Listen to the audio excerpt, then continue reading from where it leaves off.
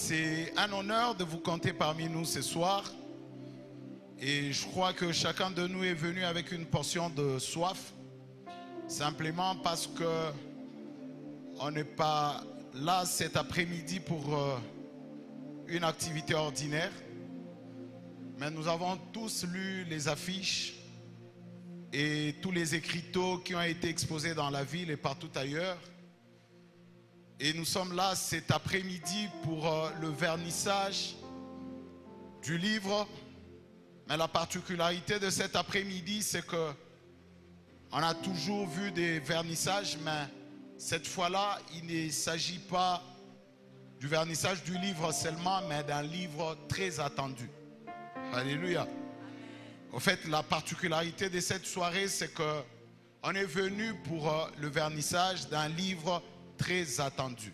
Et je suppose que chacun de nous est venu avec une soif particulière. Voilà, sans pour autant tarder, nous allons ouvrir ces assises et je vais donc inviter très rapidement et du haut de cette chaire le docteur Benjamin Badesiré qui va devoir nous donner la prière d'ouverture. Nous allons joindre nos mains et sous de fortes acclamations pour la gloire du Seigneur, on sera en train de le recevoir. On se tiendra debout pour prier ensemble. Père éternel, Dieu des armées, nous sommes cette génération qui te cherche. Ainsi donc, nous élevons les linteaux pour que tu fasses ton entrée. Nous te confions ces assises ce soir, afin que nous passions de bons moments dans ta présence. Nous confions tout ce qui se fera ici dans ta sainte main, afin que nous soyons sous le guide du Saint-Esprit. Fais à ce que nos cœurs soient encore remplis, car nous sommes venus assoiffés. Laisse que ce livre qui vient d'être lancé dans le monde spirituel et aujourd'hui dans la science et dans le corps du Christ, laisse que ça puisse apporter des effets positifs dans nos vies. Nous arrêtons tout ce qui n'est pas de ta volonté. Ainsi donc, ce qui est de ténèbres s'apaise et qu'en ces lieux, la lumière règne. Nous nous abandonnons entre tes mains. Fais-nous du bien tel que tu l'as prévu. Au nom de Jésus-Christ, nous avons prié. Amen. Deuxième de choses que j'aurai à faire, c'est de devoir inviter ceux-là avec qui je vais co-leader cette soirée et qui vont devoir bien sûr approcher à l'autel. Et par la suite, nous allons essayer de présenter les assises et l'objectif de cette rencontre, si pas de cette soirée. Et nous allons honorer certaines personnalités qui ont accepté de concéder leur temps afin de participer à ces assises. Et nous allons suivre le portrait de l'auteur du livre pour lequel nous sommes venus participer au vernissage. Et par la suite suivra le condensé ou la présentation condensée du livre. Et puis nous allons faire un jeu de ping-pong sur les questions et les réponses. Et par la suite, nous serons en train de chuter avec la vente ainsi que la signature de certains livres qui seront achetés sur place. Et nous allons partager un repas pour finalement quitter ces lieux. Voilà, cela étant, je vais devoir très rapidement inviter sur l'autel ou sur l'estrade cet homme que j'aime bien, le prophète Arnold de Zozo, qui va collider avec moi. La sœur Ketia une des chaises sera occupée par moi, mais une autre sera occupée par l'auteur. Mais je crois qu'il arrivera le temps où je vais devoir l'approcher également. Mais je voudrais en quelques mots présenter les assises ou la raison pour laquelle nous sommes là cet après-midi. Je voudrais, par curiosité, que chacun de nous essaye quand même d'interroger à son voisin si c'est pour la première fois qu'il entend le mot vernissage. Si ce n'est pas pour la première fois, que tu lui poses quand même la question, si ce n'est pas pour la première fois, qu'est-ce que ça voudrait dire, vernissage? Parce que beaucoup de gens étaient en train de me dire, mais le prophète là, il a posté des affiches, il écrit vernissage. Est-ce que ça sera une soirée où on va mettre les gens le vernis? Et puis moi j'ai dit, il faut venir carrément et tu vas découvrir de quoi il s'agit. Pose quand même, animons un peu la salle par rapport à cela. Pose la question à ton voisin si c'est la première fois. Finalement, je ne sais pas combien on dit que c'est pour eux la première fois, mais je suppose que c'est quand même un mot nouveau pour plusieurs personnes. En fait, la bonne manière de définir un concept ou quelque chose, c'est de dire exactement ce qui s'est fait autour de ce concept. Et moi, je crois que je ne vais pas devoir consulter les dictionnaires pour nous donner une définition théorique, mais je vais essayer de dire que le vernissage veut dire une rencontre entre amis, frères, pour leur présenter un ouvrage afin de rendre accessible au public, à tout le monde. En d'autres termes, ce soir, nous allons vous présenter un ouvrage et vous serez la porte public de dehors afin d'accéder ou de trouver cet ouvrage. C'est ça qu'on appelle le vernissage. Et je voudrais que l'on y quitte avec cette définition si simple que ça. Exposition d'un ouvrage. Moi et toi, nous devenons de portes qui permettront à ce que le public accède à cet ouvrage. Et ce soir, nous sommes venus pour cette raison-là. Et si nous sommes venus, c'est parce que l'un de nous, un des ténors de notre génération, finalement, il a fini d'écrire son premier ouvrage et il a dit, ensemble avec la famille, nous allons nous réunir dans le cadre comme celui-ci, qui est celui de son église, et nous allons exposer au public l'ouvrage qu'il a pu écrire pendant tout le temps que ça lui a pris. Nous allons découvrir ensemble ici combien de temps ça lui a pris pour rédiger cet ouvrage. Et c'est à cause de ça que nous sommes là ce soir, mais aussi au-delà du fait qu'il va présenter cet ouvrage, je vais nous dire sincèrement, alors que je le lui disais hier, que cette soirée n'est pas une soirée juste amicale et ça s'arrête là. Sincèrement, je voudrais qu'après ici, que nous lui témoignions de notre amitié. Qu'est-ce que je voudrais dire? C'est que l'on quitte de ces lieux, chacun de nous, possédant son livre. Et ce livre ne sera pas donné comme un don, il sera acquis au prix de quelques billets de banque. Et s'il vous plaît, je l'ai dit chez moi à l'église, j'ai dit aux amis, en tout cas, on n'a pas besoin de vous à la soirée de demain comme spectateurs. S'il vous plaît, on a besoin de gens qui viendront et qui vont se dire finalement, je vais me procurer de cet ouvrage. Premièrement, parce que je serai en train d'encourager l'auteur. Et deuxièmement, parce qu'il y a une information, il y a une connaissance que je vais devoir contracter. Et il n'y a pas plus précieux que le savoir ou la connaissance. Et moi, je vous assure, moi j'ai eu les livres, j'ai dormi avec, j'ai lu les livres. La matière qu'il y a dedans est loin équivalent au prix fixé naturellement par les prophètes par rapport à l'achat. Donc, on va nous présenter ce soir les livres, mais en retour, trouvons déjà des moyens pour acheter les livres. Cela étant, je vais devoir m'est donné les devoirs et l'obligation d'inviter du haut de cette chaire l'auteur, le prophète Ézéchiel, Michael Sankika, qui va devoir naturellement prendre place. Et les livres, il a 116 pages. Il est peut-être possible, comme tout Africain, qu'on ne s'adonne pas à la lecture, sincèrement. On en a l'expérience et je sais personnellement que plusieurs n'aiment pas lire. Surtout quand tu leur envoies même les messages sur WhatsApp. Quand c'est un long message, il ouvre voir plus et puis il fait ça. Et puis il est parti. C'est ce qui justifie à ce que aujourd'hui on a une église des hommes et des femmes qui n'ont jamais lu la Bible du début à la fin, mais qui s'attendent à vivre des expériences spirituelles. Hein? Voilà, je sais que plusieurs vont acheter les livres, mais moins sont ceux-là qui vont les lire.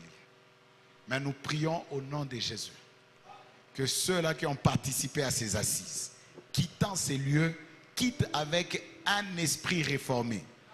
Des hommes et des femmes qui vont aller finalement, ils ouvrent les livres et ils commencent à les lire. Vous savez, je vais vous dire sincèrement, hier j'étais très fatigué toute la journée, mais j'avais l'obligation de parcourir tous ces livres. À un moment, il fallait que j'approche le repas, mais j'ai dit si je mange, je vais dormir. Et du coup, j'ai dit ne me servez rien, donnez-moi juste des fruits. J'ai pris quelques fruits et puis j'ai dit Seigneur, je suis fatigué, mais je dois lire les livres. Mais ce que j'ai aimé, c'est que, alors que j'y pensais, j'ai dit finalement non, je ne saurais pas le faire moi-même. Je vais inviter le Paraclet. Et je commençais à prier. J'ai dit Saint-Esprit, maintenant je me remets à toi. Je ne voudrais pas quitter ces livres sans l'avoir achevé. Et c'est comme ça que j'ai lu, jusqu'à les finir. Et j'ai tous les livres dans la tête. Wow.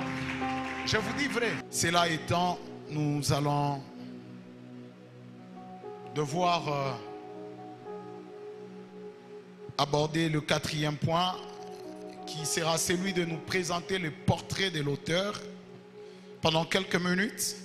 Et par la suite, je vais devoir inviter l'auteur à nous présenter de manière condensée l'ouvrage, afin que chacun de nous se sente déjà quitté ou comprendre quelque chose par rapport à ce qui a été écrit. Voilà, tous ensemble, nous allons suivre en quelques minutes le portrait de l'orateur technique et de nous. Le prophète Ézéchiel Michael Sankika est une voix prophétique qui retentit dans cette génération, notre nation et dans la ville de Bukavu en particulier. Né à Kinshasa, il reçoit l'appel de Dieu en 2011 et ce n'est qu'en décembre 2012 qu'il commence le ministère Power and Life International. En 2013, il se voit envoyé par le Seigneur à l'est de la RDC afin d'y apporter un nouveau vent de l'esprit. Par des réunions de réveil et des soirées prophétiques, la ville de Bukavu a été affectée par l'appel de cet homme qui avait décidé d'obéir à la voix de Dieu, qui l'a conduit sur ces terres montagneuses des Grands Lacs. Pasteur principal des églises Terre Sainte installées actuellement à Bukavu et à Kampala, son leadership se fait ressentir dans son côté réformateur et une femme d'excellence dans le service de Dieu. Son ministère est caractérisé par une forte grâce dans la révélation des Écritures et dans l'enseignement, ce qui fait de lui un prophète au message révolutionnaire et percutant, tant par leur profondeur que par leur niveau de spiritualité, ramenant constamment le peuple de Dieu à chercher à connaître l'Éternel, vivre par le Saint-Esprit et impacter la société. Porteur d'un ministère de puissance authentique, nos yeux sont constamment témoins des signes. Je viens de recevoir $1000. $1000! Miracles et guérisons instantanées révélant que Jésus-Christ est vivant et le même hier, aujourd'hui et éternellement. Prophète de l'Éternel dévoué à la mission, mais aussi à l'équipement du peuple de Dieu, il organise plusieurs rassemblements dans des activités telles que expériences surnaturelles, Fullness, Bethel et bien d'autres, réunissant des hommes en présentiel comme en ligne autour de la parole, la voix prophétique et la puissance de Dieu. ingénieur informatique, homme d'affaires, adorateur, auteur-compositeur et aujourd'hui écrivain, le prophète Ézéchiel Michael Sankinka est marié, époux de Jemima Sankinka. Ensemble, ils ont 2 fils et continuent dans la vision que le Seigneur lui a confiée, celle de forger au milieu d'une génération sans repère une nouvelle armée des rois prophétiques afin de restaurer l'influence du ciel sur la terre.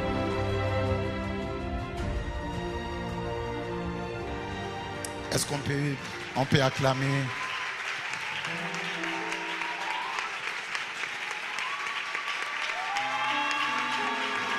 Tu le fais bien.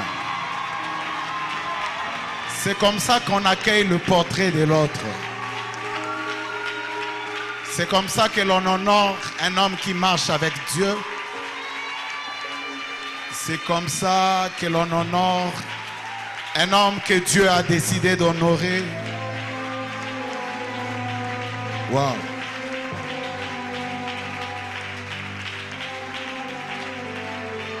Wow.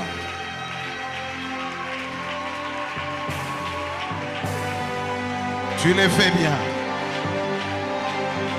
Tu le fais bien.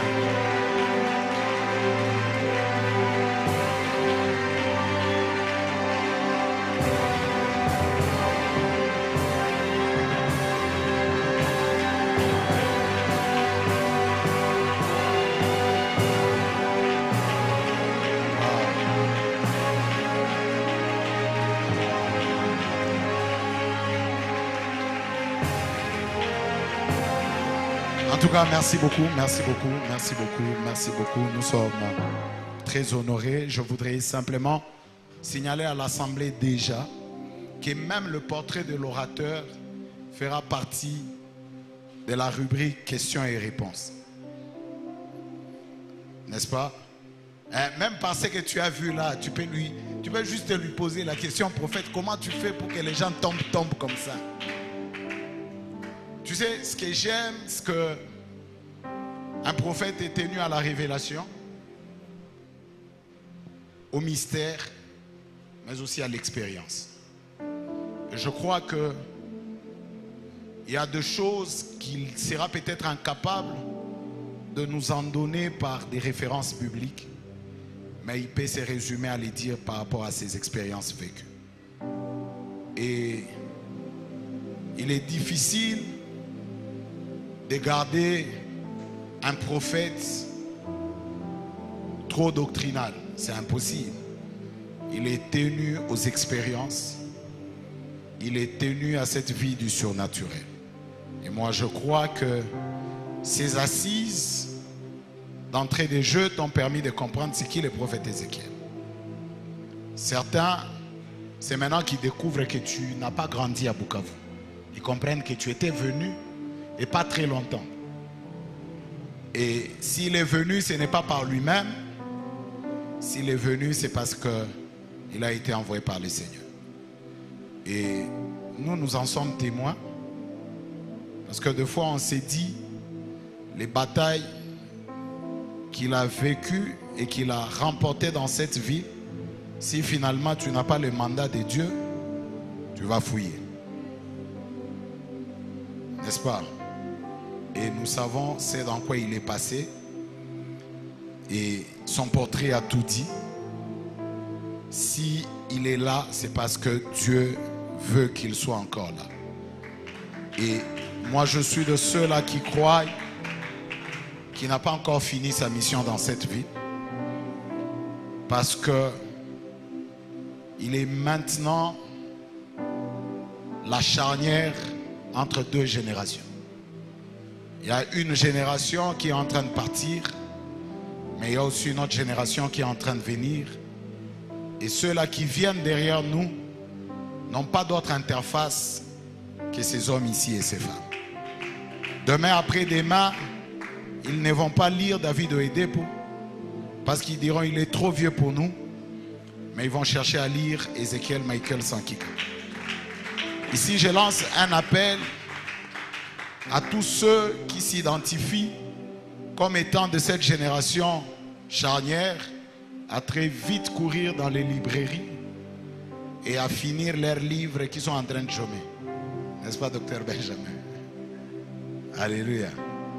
Voilà, et je crois que pendant quelques minutes, vous allez suivre de manière claire, conçue, l'ouvrage de l'auteur, comprendre le sommeil et les mondes de songe. Quelques notions de médecine, quelques notions liées à l'expérience, quelques leçons attachées à la sainte doctrine, et ces cocktails nous sera donné pendant 10 minutes par l'orateur. Ainsi, sous de fortes acclamations, je vais devoir inviter le prophète Ézéchiel Michael Sandy.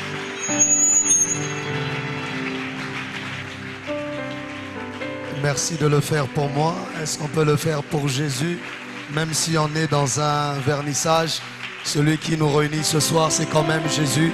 Est-ce qu'on peut bien le faire? Est-ce qu'on peut bien acclamer le Seigneur? Il est la raison pour laquelle nous faisons toutes choses, pour laquelle nous écrivons et pour laquelle nous lisons. C'est lui que nous cherchons à connaître au-delà de tout.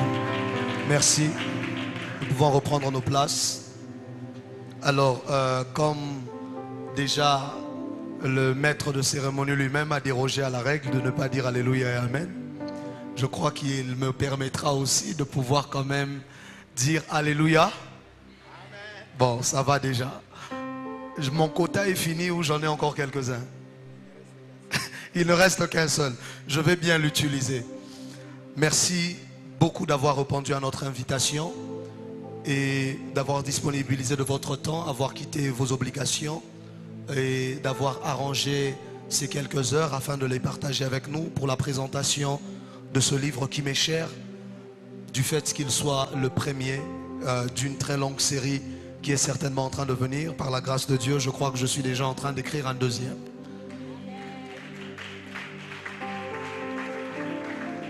Alors le livre, Comprendre le sommeil et le monde des songes. Vous avez vu qu'il y a un sous-titre, tout ce qui n'a pas été dit. Je me suis donc focalisé à parler d'un côté des sommeils, mais aussi de l'autre côté du monde des songes. Tout en, de temps en temps, me focalisant sur ce qui n'a pas déjà été dit dans d'autres livres, parce que vous allez vous rendre compte que c'est un des sujets qui est parfois suffisamment exploité par beaucoup d'auteurs, beaucoup de prédicateurs, beaucoup des pasteurs, beaucoup d'orateurs et même ceux qui sont dans le monde séculier. Pourquoi? Parce que simplement, nous tous, nous sommes concernés par ce sujet. Du fait que tous nous dormons et tous nous rêvons, d'une manière ou d'une autre. Le sommeil nous prend en moyenne 8 heures chaque soir, chaque nuit. C'est-à-dire que nous passons à peu près un tiers de nos 24 heures en train de dormir. Pour ceux qui, du moins, aiment suffisamment le sommeil. Il y a ceux qui sont parfois des couches tard et d'autres des insomniaques qui dorment peut-être 3 heures ou moins. Mais en général, à peu près tous, on a à peu près 8 heures. Un tiers de nos nuits sont à donner au sommeil. Pendant un tiers de nos nuits, nous sommes en train de rêver. Et bizarrement, si il faut qu'un tiers de notre vie se passe dans le sommeil, il faudrait donc beaucoup de lumière et beaucoup d'éclairage, parce que nous passons une grande et une majeure partie de notre vie en train de dormir. C'est tout un autre univers, c'est tout un autre monde, c'est une toute autre réalité. Quand nous nous réveillons le matin, on a l'impression de renaître de nouveau. On a l'impression, on ne sait même pas ce qui nous a réveillés. C'est la grâce et la miséricorde de Dieu qui nous réveille chaque matin. Amen. Alléluia. Alors, j'aime quelqu'un qui disait, si tu penses que c'est ton réveil, ton alarme qui te réveille chaque matin, va dans une morgue, mets cette alarme et vois si quelqu'un va se réveiller.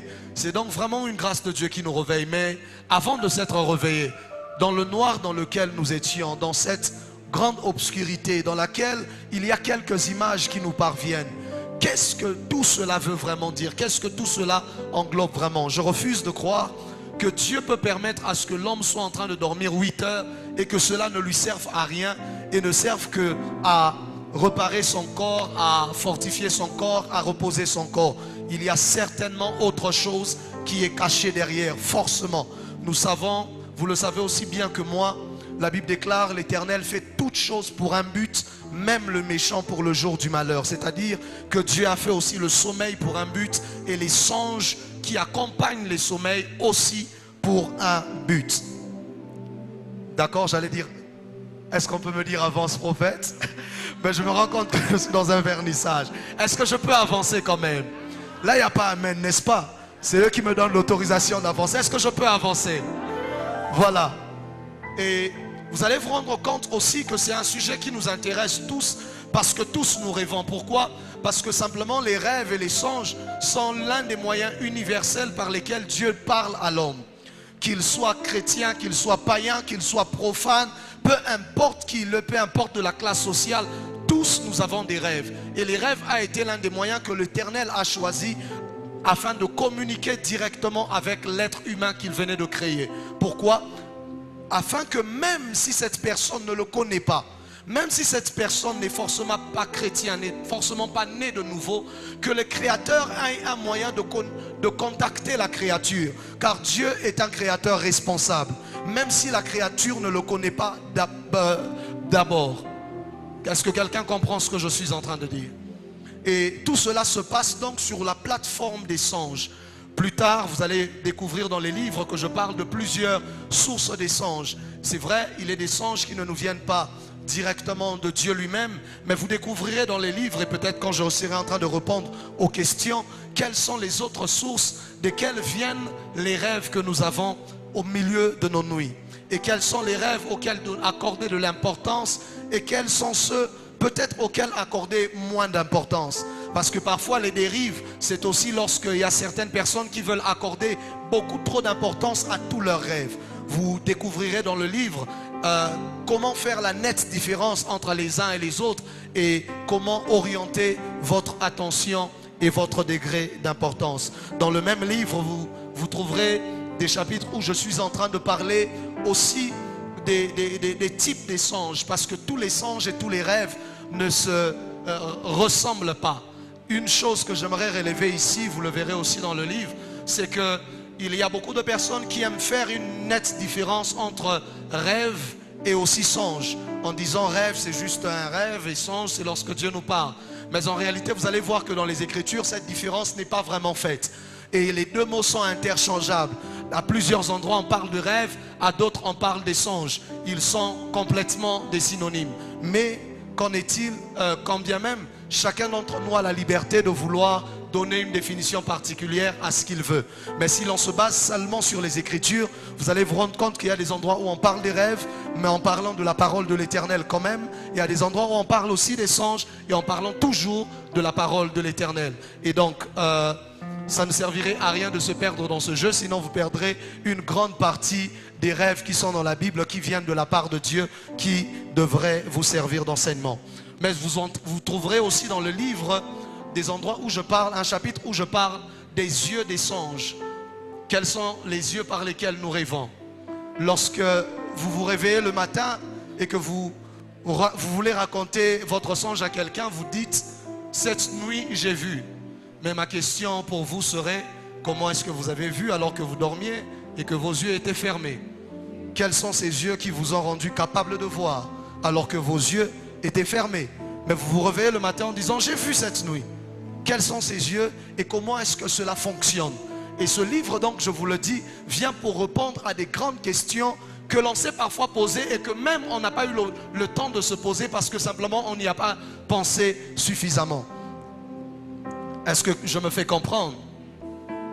Mais ensuite, dans l'un des derniers chapitres, parmi les derniers chapitres, et qui sera l'un des piliers aussi de ce livre, même si je ne prends pas beaucoup de temps dedans, mais c'est aussi parlant de l'interprétation des songes. Parce que vous conviendrez avec moi qu'il y a beaucoup de songes que nous avons, que nous recevons, des rêves que nous avons, que nous ne comprenons pas toujours, que nous ne saisissons pas toujours, dont nous ne saisissons pas toujours le sens. Parce que vous le découvrirez dans les livres, que tous les rêves ne se ressemblent pas.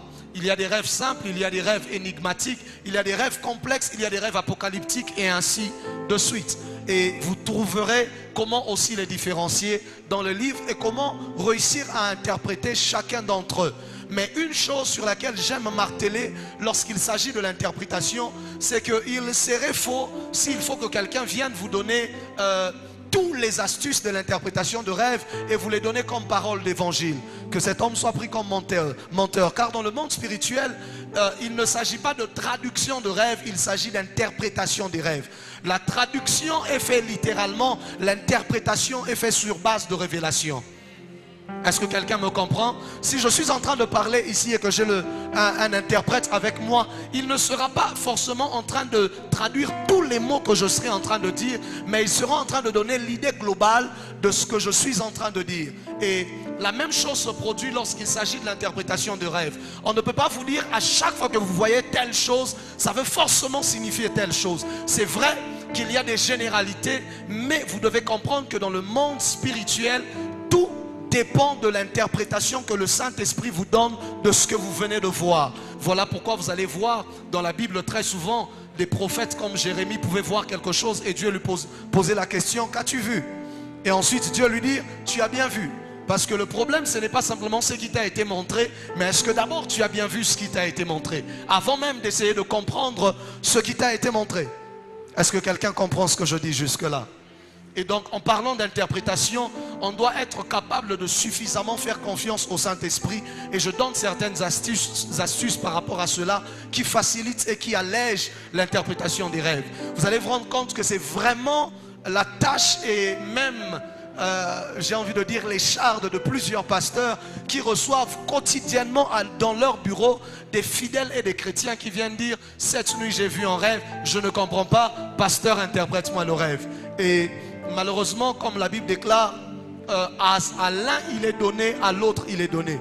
Et ce n'est pas toujours à tout le monde qui est donné la facilité de comprendre et d'interpréter. Mais ce livre sera une base à partir de laquelle vous aurez des astuces à partir desquelles partir pour réussir à interpréter. Mais aussi, il faudrait donc les donner à vos fidèles afin qu'ils ne soient pas obligés de constamment revenir vers vous, que vous ne soyez pas un noyau au milieu desquels les électrons doivent tourner. Sinon, vous allez vous fatiguer. Moi déjà, à chaque fois que les gens venaient pour me demander l'interprétation d'un rêve, si j'ai le temps, je le fais. Si je n'ai pas le temps, je les envoie chez le pasteur Gédéon. Et ils se retrouvent toujours, quelqu'un vient et je leur dis toujours: il est très doué pour cela, il va interpréter le rêve. Simplement parce que je n'ai pas le temps, parce que les rêves sont parfois très longs à juste écouter et parfois certains assez ennuyeux, il faut l'avouer, n'est-ce pas? Est-ce que je mens? Certains assez ennuyeux, il faut l'avouer. Et donc, il suffirait donc ne pas simplement donner aux hommes le poisson, sinon ils reviendront chaque jour vers vous, mais il faudrait leur apprendre à pêcher et ils ne manqueront plus jamais de rien. Et parfois, c'est vrai que certains qui sont archaïques préfèrent que les autres ne possèdent pas les clés pour que les autres viennent dépendre constamment d'eux. Mais lorsque vous êtes de la race de Moïse qui entendent Jéthro dire à Moïse: ça ne sert à rien que tout le peuple soit constamment en train de venir vers toi, établis d'autres personnes qui savent et qui comprendront aussi les mêmes choses. Et donc ce livre sera une clé que je nous offre aussi pour l'interprétation des rêves avec l'appui du Saint-Esprit. Et pour finir, dans le dernier chapitre, je me focalise maintenant vraiment de ce qui est de l'expérimental, de ce qui est des expériences parfois que nous avons tous les jours dans nos nuits en matière des rêves, en matière des songes, des événements qui arrivent parfois lorsque l'on est en train de rêver. Qu'est-ce qui fait en sorte que parfois tu te réveilles, tu es bloqué dans ton corps, tu n'arrives pas à bouger? Ça vous est déjà arrivé? Ça vous est déjà arrivé? Et malheureusement, vous allez vous rendre compte que jamais personne ne vous a donné une réponse par rapport à cela. Et dans ce livre, finalement, vous aurez des réponses et même vous aurez les méthodes et les moyens de faire en sorte que cela n'arrive pas. Souvent, la seule réponse qu'on donne aux gens, on dit toujours prie. Parfois, la prière n'est pas toujours la réponse à tout. Parfois, il existe d'autres clés. Dans le royaume, il y a ce qu'on appelle les clés du royaume. La Bible ne parle pas d'une clé du royaume, la Bible dit les clés du royaume. Il y a plusieurs clés, il y a plusieurs principes. Si vous allez dans les finances et que vous vous focalisez seulement sur la prière, vous ne réussirez pas. Il faudra que vous sachiez appliquer l'investissement, l'épargne et tous les autres. Et dans le monde spirituel, il existe aussi des principes. Et donc, ce sont des choses écrites sur base non simplement de l'expérience, mais aussi à la lumière de la parole de Dieu par rapport à certaines histoires que nous connaissons des personnes qui ont eu à relever. Que Dieu vous bénisse. Je pense qu'en ayant dit cela, j'ai donné un bref résumé de ce que vous retrouverez dans le livre. Merci. Merci d'acclamer, merci d'acclamer. Nous invitons donc nos amis du protocole à nous débarrasser cette chair. Cela étant, je crois que le prophète a essayé de donner le condensé du contenu du livre. Mais alors, une chose est vraie, c'est que les songes est attaché ou lié aux expériences individuelles. Oui. Il y a quelqu'un qui a dit que tous, nous pouvons dormir sur un même lit, à la même heure, et nous réveiller à la même heure, mais vivre de songes différents, selon chacun. Et je crois que tous avons une certaine expérience, tous avons peut-être une fois lu un livre sur les songes ou sur le sommeil. Et je crois ici, alors qu'il a essayé de donner la synthèse, c'est vraiment la synthèse de synthèse, et ça prouve à suffisance qu'il comprend par lui-même le contenu de son ouvrage. Pourquoi? Parce que tout ce qu'il vous a dit là, vous allez le retrouver dans son livre. Et il a essayé de survoler, ne serait-ce que résumer 116 pages en 10 minutes. Et je crois que nous passons à une étape très importante. Et je vais définir un peu comment ça va se passer. Naturellement, il est dit que la charité bien ordonnée commence par soi-même. Donc, allez-y comprendre que les premières questions seront posées par moi. Et sincèrement, je vais vous dire une chose, que j'ai les questions de tout l'auditoire. Parce que si ça dépendait de moi-même, je voudrais que l'on reste. Parce que, alors que je feuilletais l'ouvrage, j'ai beaucoup de questions qui me passent à l'esprit. Mais je ne voudrais pas garder la primaire à moi-même.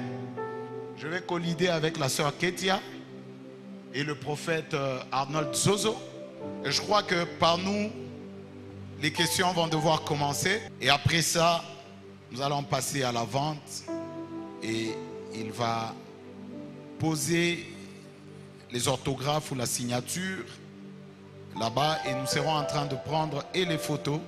Et par la même occasion, nous allons partager un verre qui nous sera offert à l'occasion. Voilà. Je crois que je commencerai quand même par moi-même. D'accord, il n'y a pas de problème. Voilà. Prophète Ézéchiel, merci d'abord pour l'ouvrage. Et je voudrais ici d'abord te féliciter pour le travail fait.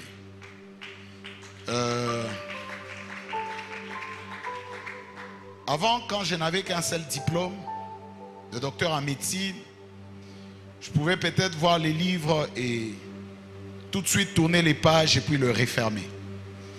Mais je suis passé à l'UCB pour ma maîtrise en économie de la santé. Et là, j'ai été appelé différemment. On a appris à m'appeler chercheur. Et ce qu'on apprend le plus, c'est la rédaction. Et du coup, d'emblée, quand je suis tombé sur ces livres, ce qui m'a impressionné, c'est l'intitulé. Comprendre le sommeil et les mondes des songes. Mais la petite phrase ici, elle a attiré mon attention. Tout ce qui n'a pas été dit. Tout ce qui n'a pas été dit. Et moi, je suppose qu'avant la rédaction d'un article ou d'un ouvrage, il est tenu aux chercheurs de faire ce qu'on appelle la revue de la littérature. C'est-à-dire passer en revue tous les ouvrages qui ont discuté dans le même sens que le sujet que tu voudras aborder. Et du coup, tu peux atterrir sur des conclusions telles que comprendre le sommeil et les mondes des songes, tout ce qui n'a pas été dit. c'est supposer que tu es passé en revue, tu as lu différents ouvrages et finalement tu as compris qu'est-ce qui a été dit et qu'est-ce qui n'a pas été dit. Et ma première question, elle est celle-ci, prophète. Êtes-vous sûr ou pouvez-vous bien sûr nous rassurer, moi et les publics, qui bien sûr aura hâte à se procurer de ces livres, que réellement, tout ce qu'ils vont trouver ici, c'est tout ce qui n'a pas été dit. Ça, c'est la première question. Et la deuxième, j'en ai beaucoup, mais finalement, je vais devoir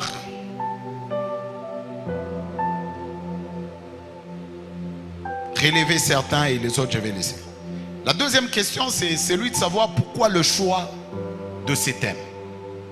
Pourquoi le choix de ces thèmes? Pourquoi? Je l'ai dit parce que tout chercheur ne se lance pas sur un sujet où il n'a pas assez d'expérience ou assez d'informations. Je me dis du coup d'emblée, si tu parles d'un sujet comme celui-ci, c'est que tu en as l'expérience et c'est un sujet qui te passionne. C'est pourquoi ma deuxième question, peut-être que tu as des raisons plus précises que moi. Et la troisième question, pour clore mes questions, et puis je vais donner la parole à la sœur Ketia et au prophète Arnold.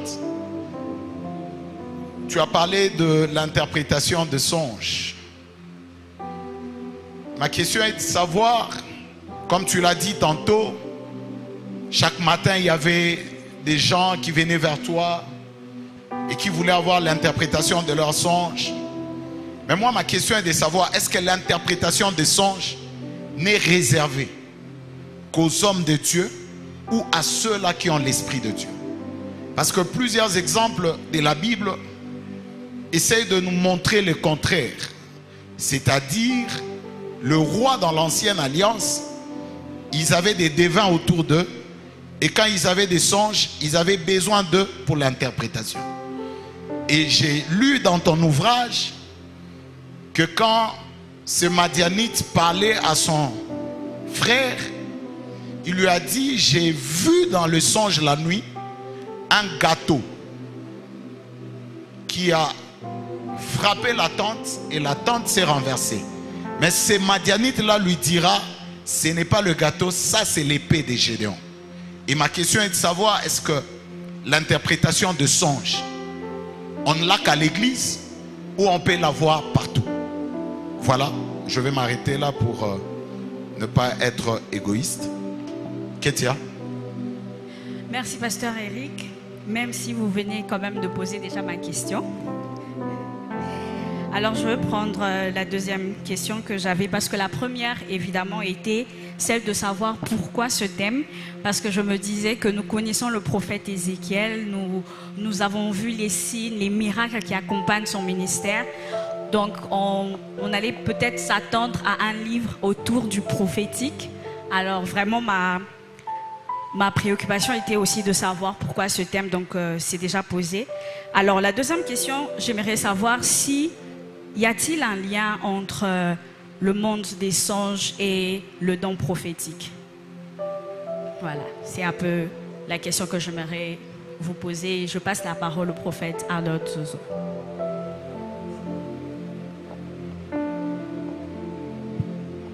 Merci, bonsoir tout le monde.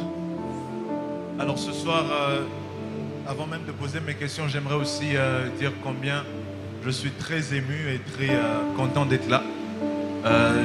Je ne pense pas avoir participé à un vernissage, surtout dans cette ville, un vernissage de livres, de bouquins. Et je crois que c'est peut-être aussi une expérience pour plusieurs. Et j'aimerais donc dire merci à l'organisation et à l'auteur pour cela. Et en allant très rapidement à mes questions, je vais peut-être éviter l'approche scientifique que le docteur a prise et j'irai dans une approche un peu plus dans l'assemblée et dans la foule. Je vais donc essayer de prendre la peau de quelqu'un qui est dans la salle ou sur la rue, qui a vu l'affiche et qui a aussi une question. La Bible nous présente plusieurs hommes qui ont fait des songes, que ce soit des rois, que ce soit des prophètes, que ce soit des hommes de famille, ainsi de suite. Et je suis de ceux qui croient que si la Bible nous présente une histoire, c'est parce que tout lecteur devrait peut-être apprendre une chose de cette histoire-là. Et ma question est donc la suivante. Est-il possible que puisque la Bible n'a pas parlé de certains hommes qui n'ont, comme ayant fait des songes, est-il possible qu'un homme vive sa vie sur terre sans faire de songes? C'est ma toute première question. Est-il possible qu'un homme vive sur terre sans faire un songe, vivre comme tout autre homme, sans jamais avoir l'expérience de rêve? Mais ma deuxième question est celle-ci. J'ai eu à rencontrer des personnes qui m'ont dit qu'elles ont fait le même rêve encore et encore. D'autres vous disent même c'est le seul rêve qu'elles font. Alors ma question est celle-ci. Pourquoi arrive-t-il qu'un rêve revienne plusieurs fois? Et que faire d'un rêve qui revient plusieurs fois? Merci.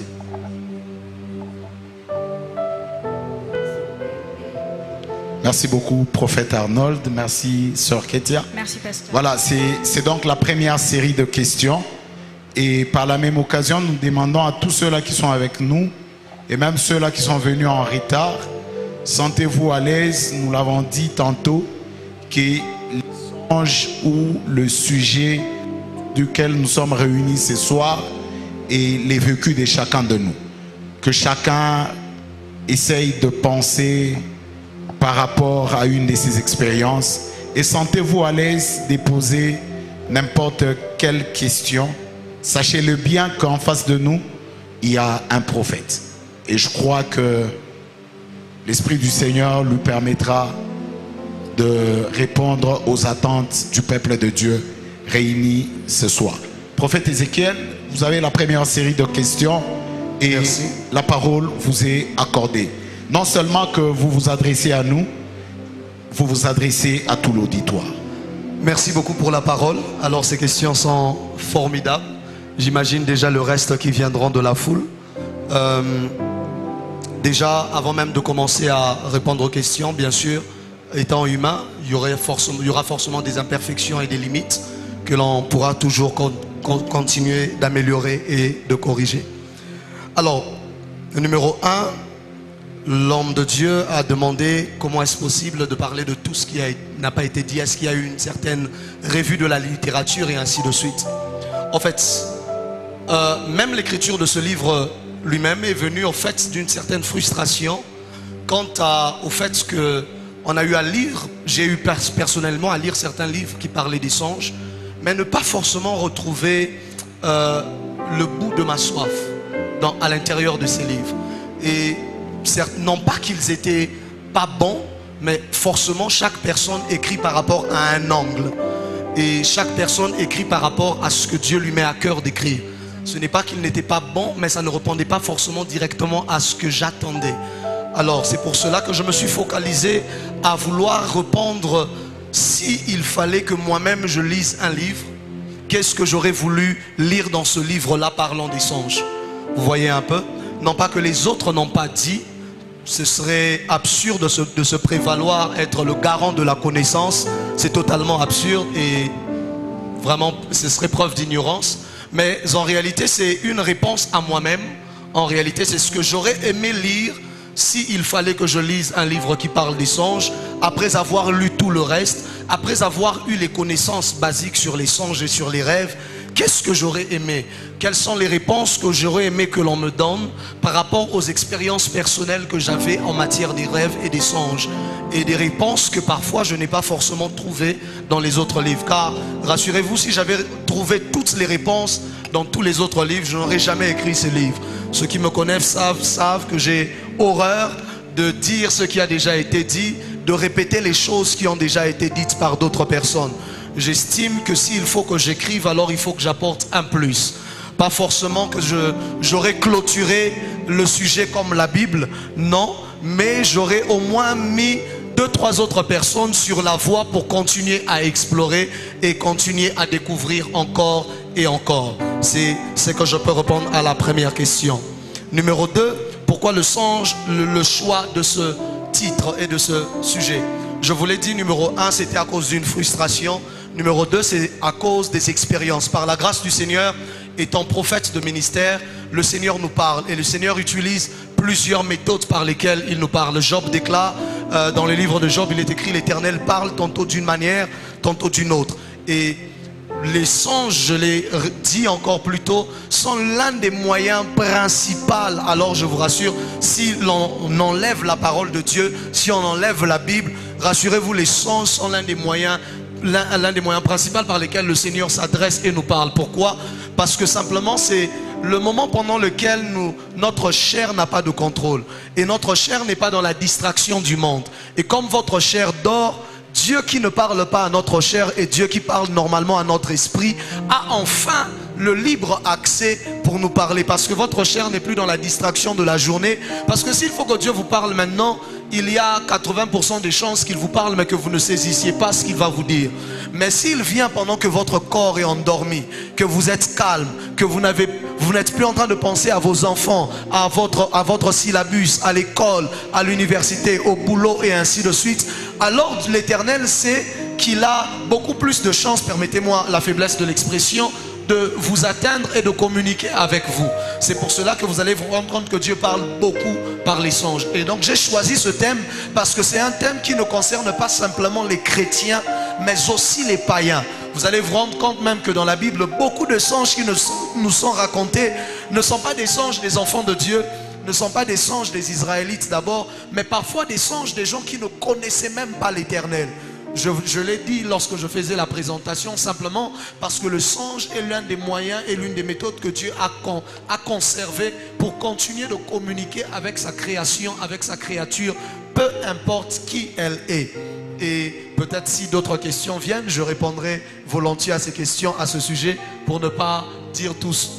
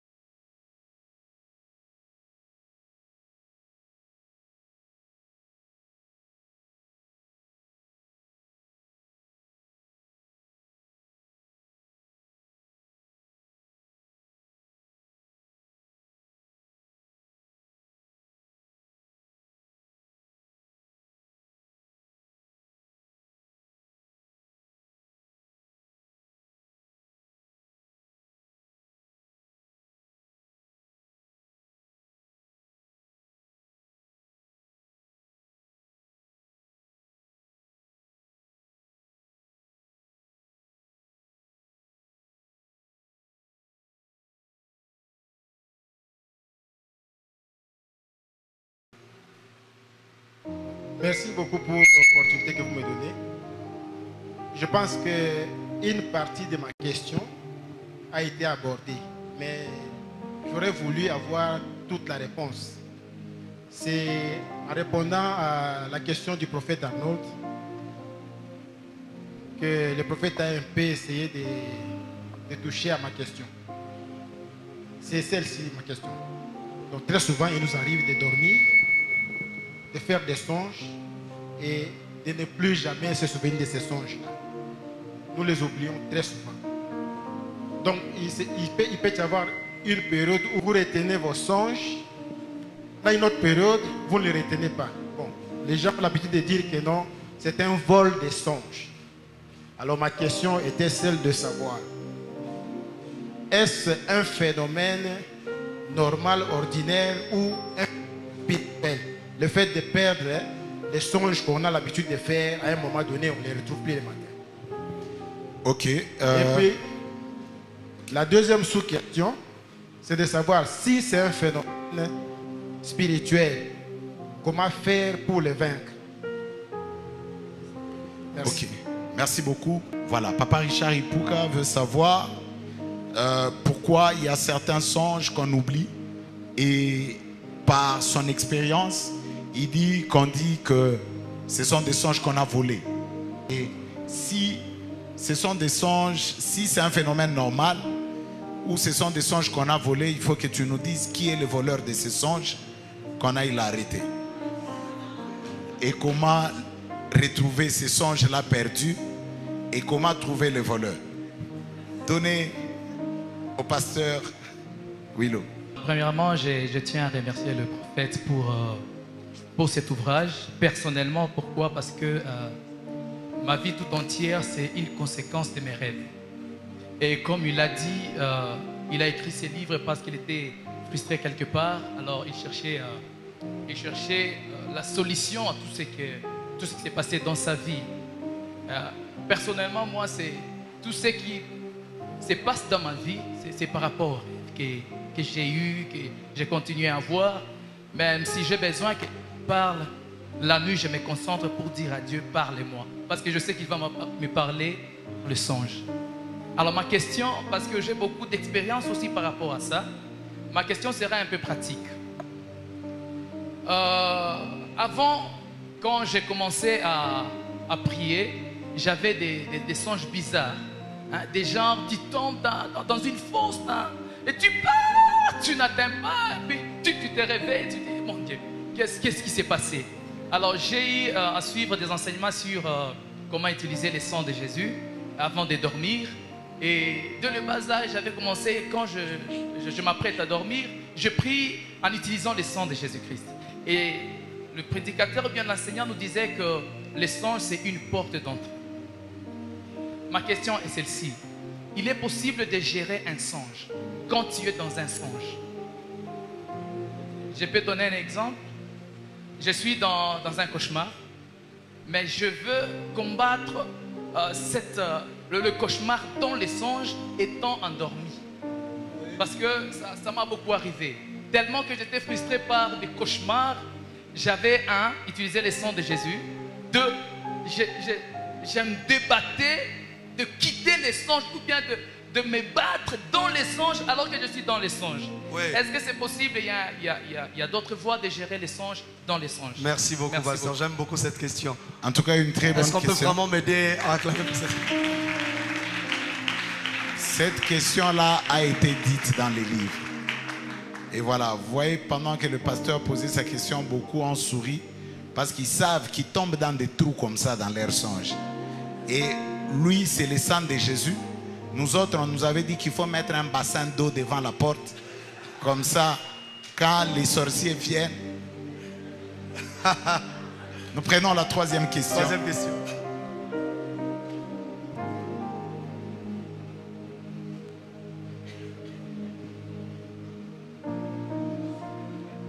Je m'appelle Bienveillance. La première question est de savoir, comme le prophète a dit qu'il y a plusieurs catégories de songes, il y a des songes apocalyptiques, énigmatiques et autres choses là.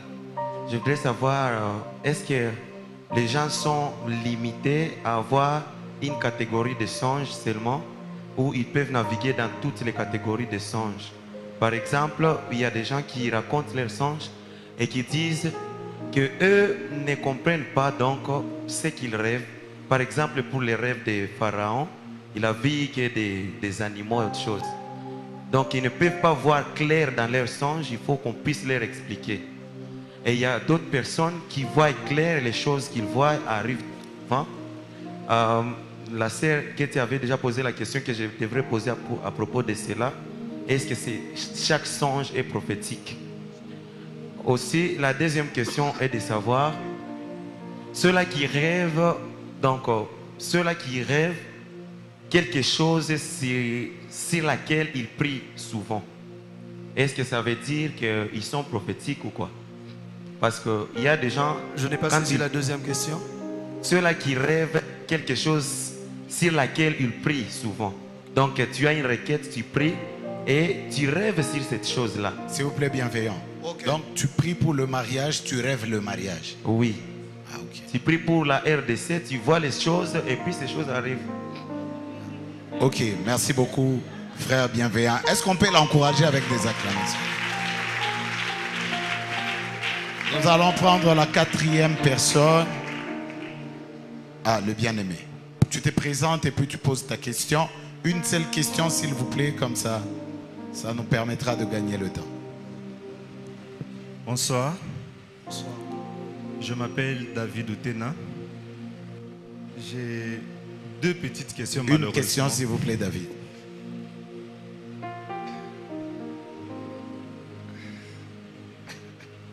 D'accord. J'ai eu la grâce et le privilège de lire ce livre bien avant sa publication. Je remercie mon père pour cela. C'était un grand privilège et je lui présente en passant toutes mes félicitations pour la réussite de cette œuvre. Alors j'avais deux petites questions, malheureusement on les réduit à une question. Dans le 3e chapitre du livre qui parlait des deux faces du fuseau horaire spirituel, le prophète, ou disons l'auteur, pour ceux qui ne sont pas peut-être... disons, dans le 3e chapitre qui parlait des deux faces du fuseau horaire spirituel, le prophète parlait sur le fait qu'il y a changement des fuseaux horaires, de telle sorte qu'ici il peut faire jour chez nous, alors que chez les autres il fait nuit. C'est-à-dire quand nous sommes en activité ici, les autres sont en train de dormir. C'est-à-dire qu'il y a changement de monde. Ainsi, ça se passe comme ça dans le monde de l'esprit. Quand le corps il est en train de dormir, l'esprit lui, il est maintenant dans son monde à lui. C'est son fuseau horaire, c'est l'heure du travail. Alors j'aimerais, et c'est pendant ce moment que plusieurs songes se passent. Ma question est la suivante. Que dites-vous des songes faits dans la journée? Dire, on peut être dans une journée comme celle-ci, du coup on somnole. On peut être même à l'église, on somnole. Et en ce moment-là, on reçoit un songe, pourtant ce n'est pas la nuit. Que dites-vous de ce type de songe? Merci. Ok, merci David, que Dieu te bénisse. Je crois que toi tu as lu comme moi. Permettons aux autres qui n'ont pas lu de poser des questions. Voilà, nous allons prendre la dernière pour la première série. Encore une fois de plus, merci. Je suis Néhémie Ouzima, fils de la maison de l'église Terre Sainte. D'après le portrait qui nous a été présenté par l'auteur et le titre du livre, je suis tenté de poser une question. La question l'unique que je vais poser est libellée de la sorte. Est-ce qu'un aveugle fait un rêve? Étant dit que l'auteur est un scientifique, il a étudié et là il a s'est basé sur même des recherches afin d'écrire le livre. Est-ce qu'un aveugle peut rêver? Et s'il rêve, comment est-ce qu'il peut expliquer son rêve vu que Dieu reste le maître, le souverain des rêves? Merci. Est-ce qu'on peut acclamer pour sa question? Formidable. J'aime de plus en plus ce vernissage. Est-ce qu'un aveugle peut rêver? Et puis comment il va expliquer? Parce qu'il ne saura pas dire que j'ai vu. Les yeux... Il faut lire ces livres, vous allez comprendre les histoires. Désormais, je deviens prédicateur des songes. Merci. Prophète, vous avez la parole. Merci pour toutes ces questions. Je sens qu'on est en train, tout ça devient très intéressant. Alors, la première question qui m'a été posée de Papa Ipuka, c'était de savoir comment se souvenir des... en fait, souvent on rêve et ensuite on oublie les rêves. Est-ce normal? Et si ce n'est pas normal, comment on peut vaincre cela? Mais ensuite, le prophète Arnold a ajouté une sous-question, comment s'en souvenir finalement? Voici ce que je peux dire. Il y a plusieurs raisons pour lesquelles on puisse oublier un rêve. Il n'y en a pas qu'une seule. La plupart, il existe plusieurs raisons. Vous verrez dans le livre, je parle de certaines expériences qui avaient été menées, des personnes qui essayaient de trouver la raison pour laquelle les gens oubliaient parfois les rêves. Et l'une des raisons, c'est lorsque, je veux vous le donner en des termes simples, si tu fais un rêve au milieu de la nuit, tu dors par exemple de 21h à 6h du matin, un exemple clair, et que tu fais le rêve aux alentours de minuit, mais qu'ensuite ton sommeil continue, et vous vous réveillez finalement à 6h. Vous voyez que c'est assez difficile que vous vous souveniez d'un tel rêve. Pourquoi? Parce qu'il s'est passé encore toute la nuit avant que vous ne vous réveillez. Je veux même vous allez comprendre pourquoi avec moi, les gens n'oublient jamais leur cauchemar. Pourquoi ils n'oublient jamais le cauchemar? Parce qu'ils se réveillent pendant le cauchemar. Les gens n'oublient jamais le cauchemar parce que c'est le cauchemar lui-même, c'est lui-même qui va te réveiller. C'est pour ça que tu ne l'oublies pas. Vous voyez un peu? Et ça te sort du rêve en sursaut, alors tu ne l'oublies pas. Mais il y a d'autres raisons encore à cela qui se trouveront dans le livre. Pour rejoindre cette raison où on parle des vols des rêves et ainsi de suite, lorsqu'un rêve vient de l'Éternel et est une parole de l'Éternel, vous devez savoir que donc la même parabole de semeur s'applique aussi à ce rêve.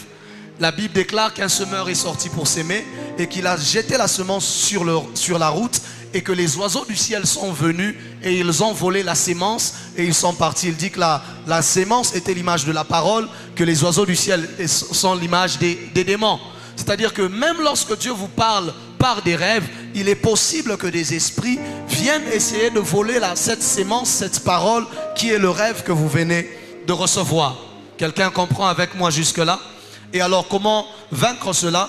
En fait, l'un des moyens universels pour vaincre à peu près 80 de vos problèmes spirituels, c'est juste de grandir spirituellement. Oui. C'est juste de grandir spirituellement. Pourquoi?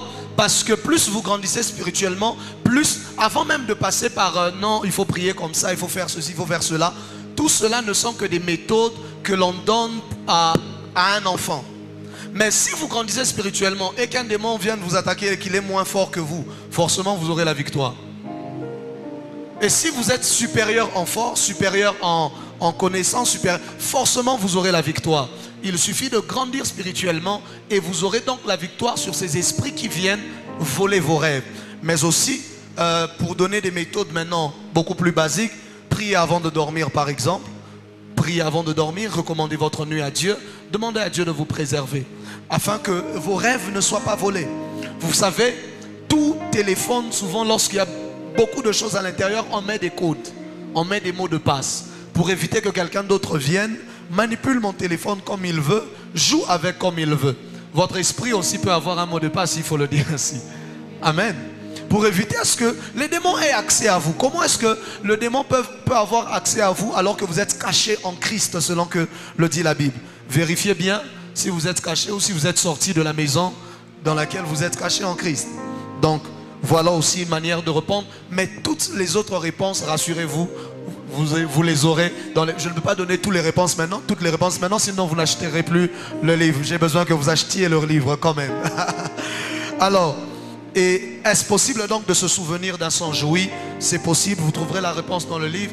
Mais l'une des méthodes simples, l'une des raisons aussi pour lesquelles les gens oublient les rêves, c'est que dès que vous vous réveillez, vous entrez dans beaucoup de choses directement.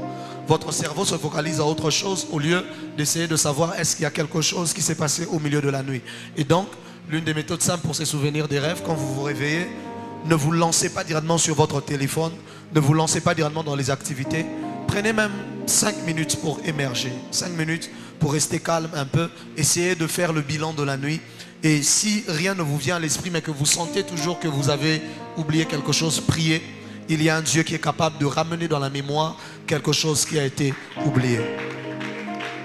Numéro 2, c'était la question formidable du pasteur Willonja. On sent que c'est un pasteur qui a posé la question. Il pose la question de savoir, il dit dans les rêves, quand on est en train de rêver, est-il possible d'interagir dans les rêves? Est-il possible de... Je pense que c'est vraiment ça le mot, n'est-ce pas, pasteur?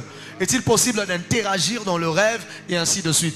Il y a tout un chapitre, le dernier, qui s'appelle « Faiseur des songes ». Parce que lorsque Joseph vient, on ne dit pas simplement que c'est quelqu'un qui rêve, mais on l'appelle un faiseur des songes. C'est-à-dire que, pourquoi est-ce que les gens ont toujours l'impression de subir le rêve? C'est comme si vous subissez le rêve. Pourquoi est-ce que l'on subit le rêve au lieu d'interagir aussi dans le rêve, d'avoir une volonté propre dans le rêve? Alors, cela se résume et se résout en une chose. La réponse d'abord à la question, c'est oui. Vous allez voir dans votre Bible des gens causer avec Dieu dans un rêve. Salomon, Dieu vient devant lui, il lui pose des questions. Il dit, qu'est-ce que tu veux? Salomon a même le temps de commencer d'abord à vanter David. À dire, mon père David a marché avec toi. Tout ça dans un rêve. Alors que la plupart d'entre nous, les rêves se résument à être poursuivis et à courir. Et tu ne sais même pas pourquoi tu cours, tu ne sais pas où tu vas, tu ne sais pas qu'est-ce qui t'a poussé à courir. Et peut-être même tu n'as même pas vu les gens qui te poursuivent. Est-ce que ça vous est déjà arrivé? Le rêve commence, tu es déjà en train de courir. Qu'est-ce qui a commencé la poursuite? Tu ne sais pas, mais tu sens que tu as peur et que tu dois continuer de courir. Pourquoi? Parce que simplement, la Bible déclare, l'esprit est bien disposé, mais la chair est faible. La même Bible encore dit, la chair ne sert de rien. Le problème, c'est que nous sommes des hommes qui sommes habitués à interagir dans le monde physique. Nous sommes habitués à interagir avec notre chair. Nous sommes habitués à utiliser notre corps et interagir avec notre corps seulement.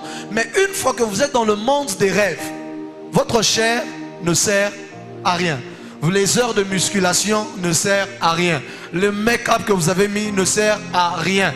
Tout ce que vous avez eu à faire pour améliorer votre corps ne sert à rien. Là maintenant, ça dépend de comment est-ce que vous avez nourri votre esprit. Est-ce qu'il est suffisamment fort? Est-ce qu'il est suffisamment agile pour être capable et à même d'interagir lui aussi dans le monde spirituel? La Bible déclare, en réalité en l'homme, c'est l'esprit, le souffle du Tout-Puissant. Ce n'est pas d'abord ce corps. Quelqu'un est avec moi jusque-là? Et beaucoup de personnes ne savent ni parler dans les rêves. D'autres même quand on les poursuit, ils veulent courir, ils n'arrivent même pas à courir. Donc, même ces pieds dans les rêves aussi n'arrivent pas à courir. Pourquoi? Cela révèle simplement une faiblesse spirituelle. Plus vous développez votre esprit par les méthodes les plus simples, la prière, la lecture de la parole, le jeûne, plus vous devenez fort et plus vous êtes capable aussi d'interagir dans les rêves. C'est comme ça que beaucoup de personnes, même lorsque Dieu ne peut même pas te poser une question dans un rêve parce que tu ne sauras pas lui répondre. Parce que répondre à une question nécessitera de réfléchir. Et d'autres personnes sont même dans les rêves. J'en parle. Comment, je donne même des indices. Comment savoir que vous êtes dans un rêve? Comment ne pas savoir que vous rêviez seulement quand vous vous réveillez? Ce n'est quand tu rêves. Je rêvais. C'est possible en réalité d'être dans le rêve et de vous rendre compte que je suis dans un rêve. Et donc, comme je suis dans un rêve, je n'ai plus besoin d'agir comme si j'étais vivant. C'est-à-dire, je suis en réalité dans le monde spirituel. Et c'est en tout ça que ce livre est très intéressant. Rassurez-vous. Toutes les clés sont à l'intérieur et ainsi de suite. Numéro 3. Est-ce qu'on est toujours limité à une certaine catégorie des rêves, un certain type de rêves? C'était la question du frère Bienveillance. Des gens qui ont toujours des rêves, c'est toujours des énigmes compliquées. Alors que quelqu'un d'autre, lui, il rêve des choses simples. Et ainsi de suite. Je dis toujours une chose, à nous la responsabilité de prier, à Dieu la responsabilité de nous parler. Si Dieu a choisi une certaine méthode pour vous parler, c'est lui qui l'a choisi. C'est à vous de s'adapter, de vous adapter à Dieu. Ce n'est pas à Dieu de s'adapter à vous. Parfois, Dieu peut descendre à votre niveau, mais il y arrivera des moments où Dieu vous demandera de monter à son niveau. Et lorsque Dieu vous donne un certain type de songe constamment, ça veut dire qu'il sait qu'il y a aussi la provision pour vous, pour comprendre les types de songes qu'il vous donne. Quelqu'un comprend avec moi? Et parfois, certains songes énigmatiques viennent aussi comme ça, parce qu'ils peuvent porter plusieurs interprétations différentes. Un peu comme la Bible que nous avons aujourd'hui, le même verset, on peut l'interpréter de plusieurs manières différentes. Est-ce que quelqu'un comprend ce que je suis en train de dire? Tu peux prendre aujourd'hui l'Apocalypse, tu interprètes d'une certaine manière pour actualiser cela, mais ce n'est pas forcément actuel. Ça aussi, un accomplissement que ça aura exactement tel que cela a été écrit plus tard. Mais tu peux aussi interpréter et ainsi de suite. Et donc, à Dieu la responsabilité. Mais la Bible déclare demander afin que votre joie soit parfaite. C'est-à-dire qu'il y a toujours la possibilité de dire à Dieu, je ne comprends pas. Soit, donne-moi l'interprétation. Soit, est-il possible de parler différemment à ton serviteur afin que ton serviteur parle. Vous devez savoir que notre Dieu est un Dieu d'amour. Il est un Dieu qui aime se rapprocher de nous. Abraham a dit, si le Seigneur le permet, je poserai encore une requête. Et il a bougé Dieu plusieurs fois comme ça en faveur de Sodome et Gomorrhe. La quatrième question a été, la cinquième plutôt, là où je parle des fuseaux horaires spirituels. Est-ce que, en bref, pour ceux, parce qu'il y a ceux qui n'ont pas encore lu les livres, est-ce qu'on ne rêve que la nuit ou est-ce que l'on rêve? On peut rêver aussi la journée. Vous n'ignorez pas avec moi que le monde spirituel a une forte activité au milieu de la nuit. Il semble que les sorciers opèrent beaucoup plus facilement dans la nuit et ainsi de suite. Vous ne l'ignorez pas avec moi. Vous lirez dans le livre les raisons qui poussent à cela. Il y a tout un chapitre dédié pour cela, à expliquer pourquoi est-ce que l'activité spirituelle semble plus forte au milieu de la nuit que pendant le jour. Mais ça ne veut pas dire que parce que il y a plus de véhicules qui circulent la journée que la nuit, il n'y a pas de véhicules qui passent. Parce que la route est toujours là, un véhicule peut passer. Il y a simplement beaucoup d'activités parce que les gens ont beaucoup de programmes. C'est pour ça qu'il y a beaucoup de véhicules et il y a des embouteillages. Mais si vous arrivez à 3 h du matin, personne n'a fermé la route. Les véhicules peuvent toujours continuer de passer. Les véhicules passeront toujours. Mais ce ne sera pas autant. N'est-ce pas? La même chose s'applique aussi aux rêves et au monde spirituel. Et vous le lirez dans le livre. Numéro 6. Est-ce qu'un aveugle peut rêver? J'en parle dans le 2e ou le 3e chapitre. Je parle des yeux de songe. L'aveugle n'est aveugle que des yeux physiques. Il n'est pas aveugle de ses autres yeux. Vous lirez, vous comprenez pourquoi je n'ai pas dit yeux spirituels. Vous lirez le livre. Amen. Il a donc d'autres yeux par lesquels Dieu peut lui parler et Dieu peut communiquer avec lui. J'entends souvent parler d'un prophète au Katanga qui est complètement aveugle, mais qui pourtant a la possibilité de commencer à prophétiser en donnant les noms des gens, en donnant même les directions, en disant, il y a des gens, il est arrivé dans une église, on avait volé des tôles là-bas derrière, lui il est aveugle. Il entre dans l'église pour prêcher, il entre, il se met devant, il se met à prêcher, et ensuite il dit, je vois qu'on a volé les tôles là-bas derrière, alors qu'il est aveugle. Et ensuite il dit aux gens, sortez, prenez des protocoles, allez sur telle avenue, de tel endroit à tel endroit, vous allez trouver la personne qui a volé et les tôles sont là-bas. Pourquoi? Parce que ses yeux physiques sont morts, mais ses yeux spirituels fonctionnent toujours. C'est pour cela que Jésus dit, vaut mieux entrer avec un œil crevé, parce qu'il sait que ce n'est pas cet œil qui comptera. Il dit, vaut mieux que tu entres dans le royaume de Dieu avec un œil crevé, plutôt qu'avec tes 2 yeux que tu ailles en enfer. Pourquoi? Ce ne sont pas ces yeux qui compteront, il y en a d'autres. Lisez les livres et vous aurez toutes les précisions. Est-ce qu'on peut bien acclamer le Seigneur pour... Bon, finalement, je crois que... Permettez que je me tienne debout. Ça me permet d'essayer de prendre l'ascendant sur l'auditoire. Et puis, je vais essayer de coopérer avec l'auditoire en disant ceci. La vérité, c'est que quand nous attendons le question, nous qui avons parcouru les livres, tout y est. Et finalement, on s'est dit, c'est tout ce qui n'a pas été dit. Effectivement. Finalement, je vois l'heure est en train de courir. Je me dis, si on va jusqu'à 3 séries, ça va peut-être aller plus loin. Et vous serez de ceux-là qui, après ces vernissages, vous allez dire, on savait qu'à la Terre Sainte, les choses durent toujours. Aujourd'hui, il a été prévu que les choses ne durent pas. Mais non, je voudrais être démocrate, bien qu'un peu dictateur aussi. Je voudrais savoir, ensemble avec nous tous, êtes-vous d'accord qu'on prenne une deuxième série de questions ou qu'on se fixe tous rendez-vous dans le livre? Dans les livres. Rendez-vous dans les livres. Hein? Parce que sincèrement... Ah, voilà. Il y a 2 hommes de Dieu qui ont dit finalement qu'ils ont des petites. Voilà. On dit que les hommes de Dieu méritent double honneur. Hein? Exactement. Voilà. Et puis, je n'ai que faire. Voilà. Finalement, nous allons prendre les 2 questions. Une petite question du pasteur Baraka et une autre question du docteur Benjamin. Et puis on arrête là. Le prophète va répondre et après, nous allons... Écoutez, je sais déjà votre question là. C'est dans le livre. Écoutez, même moi je pouvais déjà commencer à répondre. J'ai dit, ah, qu'on m'étonne à répondre. Vous allez sentir. Mais malheureusement, l'auteur avait déjà tout écrit. Voilà, nous prenons la question du pasteur Baraka et puis du docteur Benjamin. Et vous allez nous permettre de clôturer la série là et ouvrir la vente. Et je crois que toutes nos questions trouveront des réponses dans cet ouvrage. Merci Pasteur, beaucoup. Bienvenue. J'ai une petite question, mais je remercie grandement l'auteur de cet ouvrage. Je sens qu'il y a de bonnes choses. Que le nom du Seigneur soit béni. Ma question est dans Joël 2, 28. Après cela, je répandrai mon esprit sur toute chair.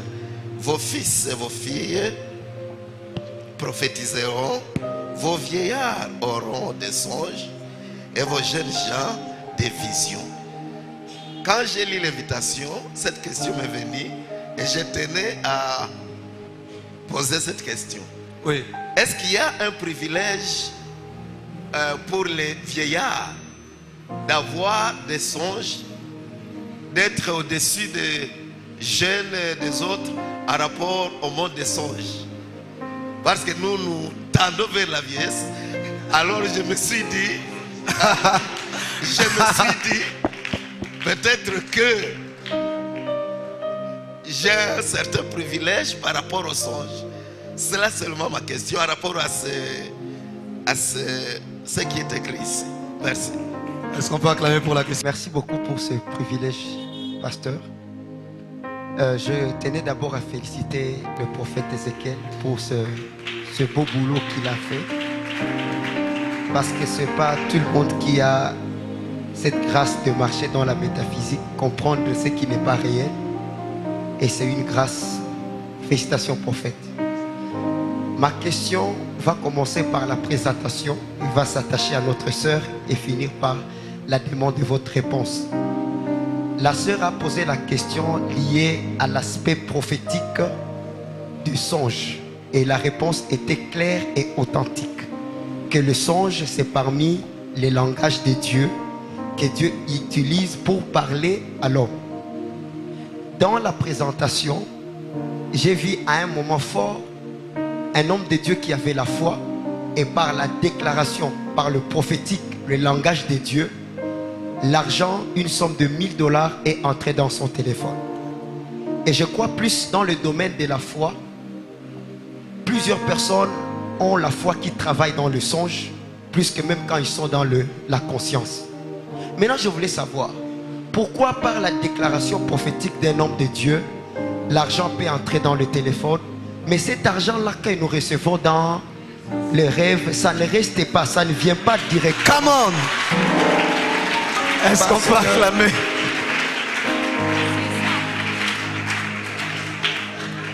Parce que si vraiment le rêve, c'est le langage de Dieu, et que par votre langage prophète, l'argent 1000 $ est resté. On a raté ce culte-là de venir recevoir cet argent, mais on ne rate pas nos sommeils. On peut dormir et avoir l'argent. Comment? Prière prophète, dire à Dieu de nous laisser aussi cet argent qui vient dans le rêve. Pourquoi cet argent-là ne reste pas prophète? Merci. Est-ce qu'on peut apprécier le docteur Benjamin? Alors je commence par la première ou la deuxième. Les deux questions sont très intéressantes. Merci encore pour les questions. Je réponds avec beaucoup d'honneur à la question de Papa Baraka, le bishop. Il a demandé, on dit les jeunes gens auront des visions, les vieillards auront des songes. Est-ce que les songes sont un peu plus privilégiés pour les vieillards? Est-ce un privilège qu'ils ont au-dessus des jeunes gens ou comment? Alors voici. La Bible déclare, les jeunes gens auront des visions et les vieillards auront des songes. Pourquoi est-ce que la Bible accorde aux jeunes gens des visions et aux vieillards des songes? Vous allez vous rendre compte que le jeune gens, il est jeune. Et souvent quand on parle de vision, on parle pas simplement dans un langage spirituel, mais dans un langage entrepreneurial, dans un langage humain. On parle de l'avenir, de ce qui va venir après. Puisqu'il est jeune gens, il a besoin de la vision de demain, par rapport à ce qu'il doit faire, par rapport à sa destinée, par rapport à sa vie. Mais le vieillard, il est déjà au soir de sa vie. Et vous allez lire dans les sources des songes que les songes viennent de l'âme. Et dans l'âme, il y a l'intellect. Dans l'âme, il y a aussi les souvenirs. Le vieillard a beaucoup plus de souvenirs du passé que le jeune homme. C'est pour cela qu'il dit, les jeunes gens, eux, ils auront des visions. Le vieillard, je leur parlerai en tirant même des leçons de leur passé afin qu'ils puissent orienter les jeunes gens par rapport à leur avenir. C'est-à-dire, ce que j'avais à leur dire, je l'ai peut-être même dit déjà dans leur passé. Alors, comme le songe à l'une se passe aussi dans le domaine de l'âme, dans les domaines des souvenirs, dans les domaines de la mémoire qui est dans l'âme, alors c'est l'apanage des vieillards parce que eux, ils ont accumulé des souvenirs et beaucoup de choses. C'est à peu près cela la réponse. Et il y a aussi peut-être d'autres réponses. Je ne me réserve pas forcément l'apanage de toute la connaissance.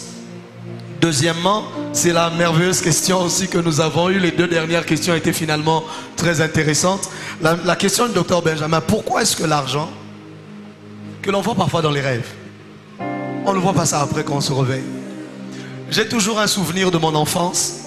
Je me suis réveillé après avoir fait un rêve. Vous voyez, à l'époque, quand les téléphones portables venaient finalement de sortir, les tout premiers à l'époque là, et j'avais rêvé qu'on avait pris 2 téléphones que l'on avait déposés dans l'armoire qui était dans ma chambre. Oh, alors quand je sursaute de mon lit, je cours vers l'armoire parce que je vais à la recherche de ces téléphones et j'éparpille tous les vêtements essayant de voir jusqu'à me rendre compte que ce n'était qu'un rêve. Je pense que ça nous arrive à tous de faire un rêve où vous voyez des montants, des grandes sommes d'argent et ensuite de vous réveiller dans une pauvreté qui ne dit pas son nom. Les rêves sont des réalités spirituelles. La Bible déclare, nous sommes assis, nous sommes bénis de toutes les bénédictions en Christ dans le monde spirituel. C'est-à-dire que parfois le rêve vient vous donner la vérité par rapport à une réalité spirituelle des montants qui sont déjà les vôtres. Ça c'est la première phase de ma réponse. Des montants qui sont déjà les vôtres, des choses que vous êtes déjà supposés avoir. Mais il faut donc avoir la sagesse spirituelle pour réussir à faire passer ces réalités spirituelles du monde spirituel vers le monde physique. Et le monde spirituel et le monde physique parfois cohabitent, mais pas toujours. Il faut qu'une brèche se fasse. Il faut encore avoir l'intelligence des portes spirituelles pour réussir à ouvrir les portes spirituelles par les principes que Dieu peut vous donner, la prière, les offrandes, les ceci, cela, qui peuvent donc prendre ce songe qui était une réalité spirituelle et ensuite pour devenir une réalité physique. Si vous faites un rêve où vous êtes en train de prêcher devant une foule, vous n'allez pas vous réveiller devant la foule. Vous allez vous réveiller toujours sur votre lit. Mais Dieu vous donnait une information d'une réalité spirituelle qui est possible, pour laquelle vous devrez travailler pour la rendre manifeste. Et par vos prières, par votre consécration au Seigneur, ce rêve finira par prendre chair pour devenir manifeste. C'est cela la première partie de la réponse que je nous donne. Est-ce qu'on peut acclamer le Seigneur? Mais vous devez savoir aussi, numéro 2, pour aller vraiment dans la soif du docteur Benjamin, numéro 2, il arrive parfois que entre le monde spirituel et le monde physique, que des brèches se fassent et qu'une réalité qui était spirituelle s'infiltre automatiquement dans le monde physique. C'est comme ça que il vous est arrivé de rêver que vous étiez poursuivi, de vous réveiller fatigué et essoufflé. Qu'est-ce qui s'est passé? Une réalité spirituelle est entrée dans le monde physique.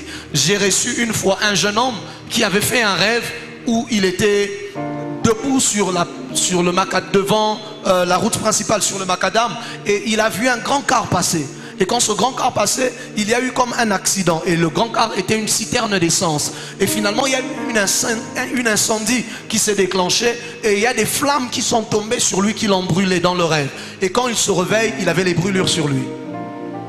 Qu'est-ce qui s'est passé?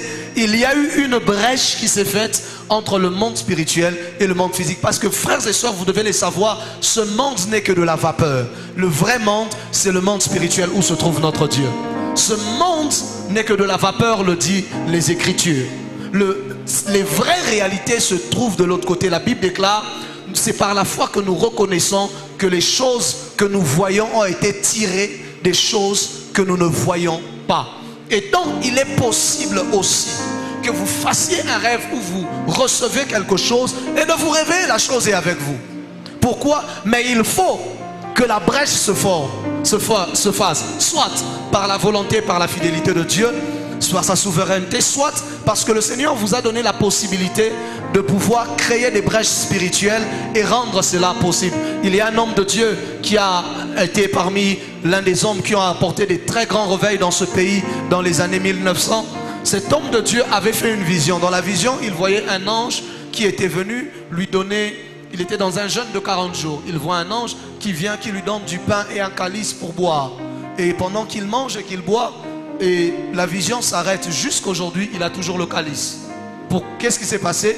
Le monde spirituel est entré dans le monde physique. C'est une fausseté de croire que tout ce qui est spirituel ne reste que spirituel. Frères et sœurs, beaucoup de choses spirituelles deviennent physiques. Beaucoup de choses spirituelles deviennent physiques pour plusieurs personnes. Voilà pourquoi vous allez voir beaucoup de personnes, tu rêves d'une pauvreté, ainsi de suite, ça devient ta réalité. Tout dépend. Certaines choses peuvent prendre du temps à se matérialiser. D'autres, si la brèche est ouverte, si la porte est ouverte, la réalité entre. Jésus est passé par la naissance pour entrer dans le monde, mais quand les anges visitaient les hommes sur la terre, eux ne passaient pas par la naissance. Ils utilisaient les portes spirituelles, ils utilisaient les brèches spirituelles et visitaient les hommes directement en se tenant devant eux. Voici la réponse que je peux donner à la question du Est-ce qu'on peut bien acclamer le Seigneur? Merci, prophète Ézéchiel. Bien-aimés frères et sœurs, nous l'avons dit déjà au départ que quand un prophète parle, il y a le côté révélation, il y a le côté mystère et il y a le côté expérience. Et voilà, tout ce qui est vécu spirituellement, quand ça rencontre une brèche, on les palpe matériellement et physiquement. C'est une réalité. La question du docteur Benjamin était de savoir pourquoi l'argent. Lui, l'argent. Parce qu'il arrive de fois, tu rêves qu'on t'a frappé par le dos, tu te réveilles avec une douleur au dos. Mais l'argent, quand il s'agit de l'argent, exactement. L'argent là, ça ne reste. Que Dieu ouvre des brèches et des fenêtres spirituelles. Amen. Pour que cet argent ne nous quitte pas, que l'on se réveille avec des billets de banque à côté de nous quand nous quittons certains sons. Amen. Et je crois que c'est possible. Sinon, toutes ces choses, le prophète en a fait mention dans son livre. Et du coup, et d'emblée, moi je peux dire qu'il a vraiment mis à notre disposition tout ce qui n'a pas été dit. Et voilà, c'est ce qui a justifié vos différentes questions. Et nous sommes en train de chuter déjà. Et voulant chuter, je voudrais nous dire ceci. Nous sommes venus ce soir, non seulement pour qu'on nous présente le livre, mais également pour qu'on l'achète et qu'on le possède. Vous avez vu l'intelligence avec laquelle il a répondu aux différentes questions. c'est simplement parce que tout y est dans cet ouvrage. Et je pouvais bien voir ses fils en train d'acclamer. Et par moi-même, je disais, ils n'ont pas encore lu ça. Quand ils vont lire ça, ils deviendront plus fans. Voilà, donc ce soir, nous sommes venus non seulement vous présenter afin que vous soyez cette porte au public pour faire parler ces livres et permettre aux autres d'accéder à ces livres, mais aussi, nous sommes venus pour vendre cet ouvrage. Et ça va se passer maintenant et c'est ce soir. Naturellement, autour des occasions comme celle-ci, il y a ceux-là qui s'accordent à acheter les livres à un prix de soutien. Toute information ou toute connaissance, elle ne s'acquiert jamais gratuitement. Imagine toi-même les PDF sur Internet, là, il faut les mégas. Ah oui. Maintenant là, en fait, naturellement, le prophète, avec tout ce qui va avec, l'impression, tout ça, il s'est accordé à disposer cet ouvrage à $15. 15 $, c'est le prix de tout le monde. Mais il est peut-être possible que toi tu te dises, bon, j'ai aimé l'intelligence avec laquelle cet homme était en train d'expliquer les choses. Je voudrais quand même joindre une bouteille d'eau à l'achat de mon livre. Et finalement, je ne donne pas 15, je le prends à 20, je le prends à 50, je le prends à 100, je le prends à $1000, c'est possible. J'ai participé à un vernissage où j'ai vu des gens acheter les livres à $1000. Et puis moi-même, je me disais, Asombiga, livre-toi, Asombibilomso. Je me disais, ah, vieux, il faut ça, la lekika pour battre mon œil. Et puis finalement, j'ai compris que j'étais en train de parler parce que je n'avais pas cet argent. Tu sais, quand tu n'as pas l'argent, tu commences à penser au travers. C'est là que vous voyez quand les gens n'ont pas l'argent, ils ne veulent pas qu'on fasse les appels de fonds dans les églises. Nous allons dédicacer ces livres et par l'occasion, je vais inviter le pasteur Baraka qui est pour nous comme un père alors que nous sommes réunis ici. Pasteur, welcome. Et vous allez recevoir un livre du main de l'auteur et vous allez dédicacer cet ouvrage et vous allez déclarer de paroles qui vont accompagner ces livres.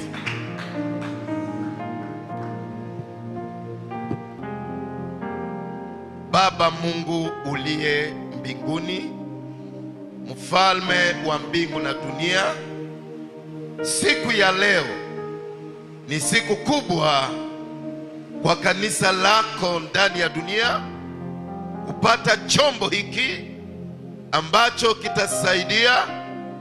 Kitabu hiki kitafungua watu, na tukikimiminia mafuta hii, tunaomba kila atakaye fungua na kusoma, neema zako, uweza wako, mafunuo ya kiroho na sababu ya kukileta itimilike kwa kila moja. Pepo wachafu, uchawi, shetani na majenti wawe mbali na msomaji. Kitabu hiki Bwana kiko wafu kwa kazi yako, kitembee dunia nzima, kilete neema mpya, mafunuo mpya. Walioteseka waone mwangaza, waliosumbuliwa katika habari za ndoto wasomapo Bwana, nuru ya mbinguni iwaangazie. Pia kupitia kitabu hiki mwandishi apate Bwana kufanikiwa kwa jina la Yesu Kristo Mwokozi wetu. Amen. Nous acclamons le Seigneur. Merci beaucoup, pasteur. Merci. En tout cas, nous sommes honorés de vous avoir. Prophète Ézéchiel, vous pouvez vous placer De l'autre côté, ça va se passer comme ceci. Nous allons inviter ceux-là qui ont ou qui prennent la résolution maintenant d'acheter au-delà du prix qui est fixé. Et qui se disent, moi je vais prendre à tel montant. Tu viens très rapidement, on te remet les livres. Si tu as le cash, tu les donnes. Si tu n'as pas le cash, tu nous facilites les choses en souscrivant et nous donnant les précisions sur quand est-ce que tu payes et comment ça se passe, s'il vous plaît. Et par la suite, on va ouvrir accès à tout le monde de l'acheter à 15 $.